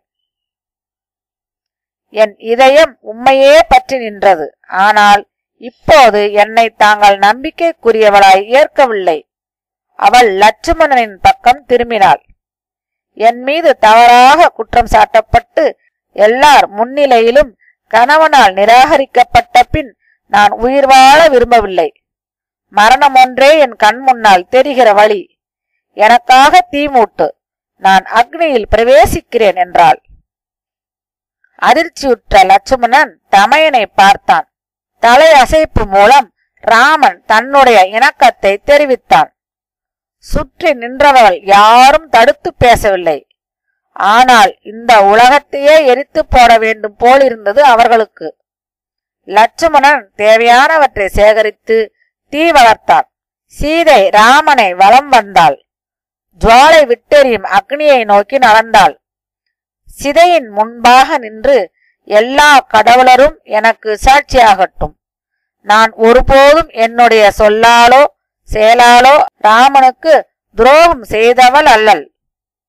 நான் குற்றமற்றவள் என்பதை அக்னி பகவான் அறிந்திருந்தால் இந்த நெருப்பிலிருந்து அவர் என்னை காக்கட்டும் என்றாள். பிறகு நெருப்பினூடாக அவள் நடந்தாள். சுற்றி நின்றவர்கள் மூச்சற்று போனார்கள். தீயின் நடுவே ஒரு நிமிடம் அவள் நிற்கிற மாதிரி தெரிந்தது. பிறகு அவள் பார்வையிலிருந்து மறைந்து போனாள். அங்கு கூடியிருந்த வானரர்களும் கரடிகளும் அரக்கர்களும் பெருங்குரல் எடுத்து அழுதார்கள். ராமனோ அசைவற்று அமைதியாயிருந்தான். அவனுடைய கண்களில் வெள்ளமாய் கண்ணீர் பெருகியது. சீதை கதறியதை கடவுள்கள் கேட்டிருந்தார்கள். அவளுக்கு வைக்கப்பட்ட சோதனை அவர்களுக்கு வேதனையை தந்தது. அவர்கள் தலையிட வேண்டிய தருணம் அது. படைப்பு கடவுளான பிரம்மா, அழிக்கும் கடவுளான சிவன், தேவர்களின் கடவுளான இந்திரன் மற்றும் பலரும் விண்ணிலிருந்து மண்ணுக்கு இறங்கி வந்தார்கள். ராமனிடம் பேசினார்கள். நீர் யாரென்று அறிய மாட்டீரோ? சீதை யாரென்று உமக்கு தெரியாதோ? படைப்புக்கு ஆதாரமான நீரே உலகின் யாவற்றுக்கும் தொடக்கத்திலும் இடையிலும் முடிவிலும் இருப்பவர். ஏதோ தவறிழைத்த சாதாரண பெண்ணாகவல்லவா சீதையை கருதி கொண்டீர்? நான் ஒரு மனிதன். என் பெயர் ராமன், தசரதனின் குமாரன். சீதை எனது மானுட மனைவி. என்னை வேறு யாரென்று நீங்கள் சொல்கிறீர்கள் என்று வினவினான் ராமன். நீரே விஷ்ணு, சீதைதான் லட்சுமி தேவி என்று பிரம்மா அறிவித்தார். ராவணனை அழிக்கும்படி நாங்கள் வேண்டிக் கொண்டதன் பேரில் மனித வடிவெடுத்தீர். செய்ய வேண்டியதை செய்து முடித்தீர். அக்னி பகவான் தனது கைகளில் சீதையை ஏந்தியபடி நின்றார். இதோ உம்முடைய குற்றமற்ற மனைவி சீதை. நீர் அவளிடம் சாந்தமாய் நடந்து கொள்ள வேண்டும். அவளை நான் அறியாதவன் அல்லன், முழுமையாய் அறிந்தவன். ஆனால் இக்ஷ்வாகு குலத்தின் பெருமையை நிலைநாட்ட இந்த சோதனை அவசியமாயிற்று என்றான் ராமன். சூரியன் தனது கதிர்களை இழக்கச் சம்மதிக்குமா? சீதையை இழக்க ராமனின் மனம் ஒருபோதும் ஒப்பாது. சீதையும் ராமனும் இணைந்தனர். சிவன் ராமனிடம், நீர் விண்ணகம் திரும்பும் முன் ஒரு காரியம் செய்ய வேண்டி உள்ளது. உமது அன்னைக்கு ஆறுதல் அளித்து அயோத்தியை வளம் கொளிக்க செய்ய வேண்டும். எம்முடன் உமது தந்தையும் வந்திருக்கிறார். அவருக்கு வரவேற்பளியும் என்றார். தங்கள் மத்தியில் தசரதன் வந்திறங்கியது ராமனுக்கும் லட்சுமணனுக்கும் வியப்பாயிருந்தது. தந்தையை அவர்கள் தலை குனிந்து வணங்கினார்கள். அருமை மகனே, நான் திருப்தியுற்றேன். உனது செயல்கள் மூலம் என் மனதுக்கு அமைதியை அளித்து விட்டாய். நீ தெய்வத் திருமகன் என்பதை இப்போது அறிந்தேன். 14 ஆண்டுகள் பூர்த்தியாகிவிட்டது. நீ வனவாசம் செய்தது போதும். உடனே அயோத்திக்கு செல், அரியாசனத்தை ஏற்றுக்கொள் என்றார் தசரதர். லட்சுமணனிடம் திரும்பி, ராமனுக்கும் சீதைக்கும் நீ செய்த பணிவிடைகள் அவனுக்கு வெற்றியை தந்தது. இந்த உலகத்துக்கு மகிழ்ச்சியை தந்தது. அதற்குரிய நற்பலன்களை நீ பெறுவாய். என் மகனே, நான் பரம திருப்தி பெற்றேன் என்றார். சீதையை நோக்கி, மகளே, தயவு செய்து ராமனை மன்னித்துவிடு. அக்னி பிரவேசத்தின் மூலம் கற்புடை பெண்கள் மகா புனிதவதி என்று உன்னை போற்றும் நிலை அடைந்தாய் என்றார். விண்ணகத்தார் எல்லாரும் விடைபெற்றுவிட இந்திரன் மட்டுமே நின்றிருந்தான். ராமா, உன்னுடைய செயல்களில் அனைவரும் திருப்தி அடைந்தோம். உனக்கொரு வரமளிக்க விரும்புகிறோம். உனது விருப்பம் என்ன என்று கேட்டான். இங்கே உயிர் தியாகம் செய்த வானரர்களும் கரடிகளும் உயிர் பெற்று தத்தம் உற்றார் உறவினர்களிடம் சென்றால் போதும் என்றான் ராமன். அவ்வாறே ஆகட்டும் என்றான் இந்திரன். நீண்ட உறக்கத்தில் இருந்து விழித்தது போல் அவர்கள் உயிர் தெழுந்தார்கள். தாயகம் திரும்புதல். விபீஷணன் ராமனிடம் தாங்கள் நீராடி அரசர்க்குரிய ஆடை ஆபரணங்கள் அணிய வேண்டும் என்று பணிவுடன் வேண்டினான். நான் பரதனை காணும் வரை நீராடுவதற்கில்லை. 14 ஆண்டுகளாய் என் பொருட்டு ஒரு துறவியைப் போல் அவன் தன்னை வருத்தி கொண்டிருக்கிறான். இப்போது நான் அவனிடம் விரைந்து செல்ல வேண்டும். நீ என்னை திருப்திப்படுத்த விரும்பினால் உடனே என்னை அனுப்பிவை என்றான் ராமன். குபேரனிடமிருந்து ராவணன் அபகரித்து வைத்திருந்த புஷ்பக விமானத்தை கொண்டு வர பணித்தான் விபீஷணன். அவன் ராமனை கொஞ்ச காலம் தன்னோடு தங்க வைத்து கௌரவிக்க விரும்பினான். ஆனால் பரதனையும் தாயையும் உடனே பார்த்தாக வேண்டும் என்று கூறினான் ராமன். ராமன் சீதையின் கரம் பற்றி லட்சுமணனுடன் புஷ்பக விமானம் ஏறினான். சுக்ரீவனையும் விபீஷணனையும் அமைதியாக ராஜ்ய பரிபாலனம் செய்து வாருங்கள் என்றான். நீங்கள் இருவருமே எனக்கு நல்ல விதமாய் உபகாரம் செய்தீர்கள். நான் திரும்பியே ஆக வேண்டும் என்று ராமன் சொன்னபோது அவர்கள் அவனை பிரிய தயாராயில்லை. நாங்கள் அயோத்தி வந்து தாங்கள் முடிசூடுவதை காண வேண்டும் என்றனர். முடிசூட்டு விழாவிற்கு பிறகே தத்தம் நாடு திரும்புவது என்று அவர்கள் தீர்மானித்திருந்தார்கள். ராமன் மகிழ்ச்சியுடன் அவர்களுக்கு அழைப்பு விடுத்தான். எல்லாருக்கும் அந்த விமானத்தில் இடம் இருந்தது. அயோத்தி போகும் வழியில் இலங்கையில் போர் நடந்த இடம், சுக்ரீவனின் தலைநகரமான கிஷ்கிந்தை, தான் மழைக்காலத்தில் இருந்த திஷ்ய மூக மலை, அவர்கள் வாழ்ந்து பிரிந்த குடில், அனுசூயை வசித்த ஆசிரமம், அகஸ்தியரின் பர்ணசாலை என்று பல இடங்களை சீதையிடம் காட்டி நினைவு கூர்ந்தான் ராமன். அவர்கள் பரத்வாஜரின் ஆசிரமத்தில் ஒரு நாள் தங்கினார்கள். அங்கிருந்தபடி அனுமனை பரதனிடம் அனுப்பி தங்கள் வரவை அறிவிக்கச் செய்தார்கள். அனுமன் நந்தி கிராமத்தில் துறவு வாழ்க்கை வாழ்ந்து கொண்டிருந்த பரதனை கண்டான். மறுநாள் காலை ராமனை காண அவனது பாதுகையை முன்னால் வைத்துக் கொண்டு மக்கள் ஊர்வலமாய் புறப்பட்டு சென்றனர். புஷ்பக விமானத்திலிருந்து ராமன் இறங்கிய போது அந்த மக்கள் ஆனந்த கண்ணீர் வடித்தார்கள். ராமன் முன்னால் நடந்து வந்த பரதனை தனது கைகளால் வாரி அணைத்தான். பரதன் லட்சுமணனை தழுவினான். சீதையை வரவேற்றான். வானரர்களின் பிரதானப்பட்டவர்களையும் பரதன் அன்புடன் தழுவினான். ராமன் தனது தாயின் பாதங்களில் விழுந்து வணங்கினான். குருவான வசிஷ்ட மகரிஷிக்கு மரியாதை செய்தான். பரதன் ராமனிடம், தங்களை முன்னிட்டு கொண்டு இது நாளும் நான் தாங்கியிருந்த ராஜ்யாதிகாரத்தை தங்களிடம் ஒப்படைக்கிறேன் என்றான். ராமன் சிகை திருத்தி நீராடினான். அரசர்க்குரிய ஆடை அணிகலன்களை அணிந்து கொண்டான். சீதையும் நீராடி ராணிக்குரிய உடையணிந்து ஆபரணங்களுடன் அலங்காரம் செய்து கொண்டாள். சுமந்திரன் கொண்டு வந்த ராமனுக்குரிய தேரில் அவர்கள் ஏறி அமர்ந்தனர். வானரரும் பிறரும் அயோத்திக்குள் வரவேற்கப்பட்டார்கள். ராமனின் பட்டாபிஷேகத்துக்காக சுக்ரீவனின் ஆணைப்படி நானாவித தீர்த்தங்களும் நாடெங்கிலும் உள்ள 500 நதிகளில் இருந்து புனித நீரும் வானரர்கள் கொண்டு வந்தனர். சீதையையும் ராமனையும் அரியாசனத்தில் அமர்த்தி புனித நீரால் அபிஷேகித்து மகுடம் சூட்டினார் வசிஷ்ட மகரிஷி. ராமன் அனைவருக்கும் வெகுமதிகள் வழங்கி தான தர்மங்கள் செய்தான். சீதை அனுமனை பரிவுடன் நோக்கினாள். தன் கழுத்தில் இருந்த முத்து மாலையை கலற்றினாள். தயக்கத்துடன் ராமனை பார்த்தாள். ராமன் புரிந்து கொண்டான். நீ மகிழ்ச்சி கொள்ள காரணமானவனுக்கு கொடு என்றான். அவள் அதனை அனுமனின் கழுத்தில் அணிவித்தாள். ராமன் 11,000 ஆண்டுகள் அயோத்தியை ஆட்சி செய்தான். அவனுடைய ஆட்சியில் மக்கள் பசி பிணி குற்றமில்லாதவர்களாயிருந்தனர். ராமாயணம் கேட்பவர்கள் பாவத்திலிருந்து விடுபடுவார்கள். இடர்கள் நீங்க பெற்று நீண்ட காலம் வாழ்வார்கள்.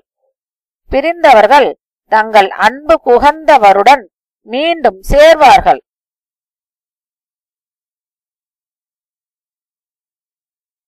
ராமாயணம் முற்றிற்று.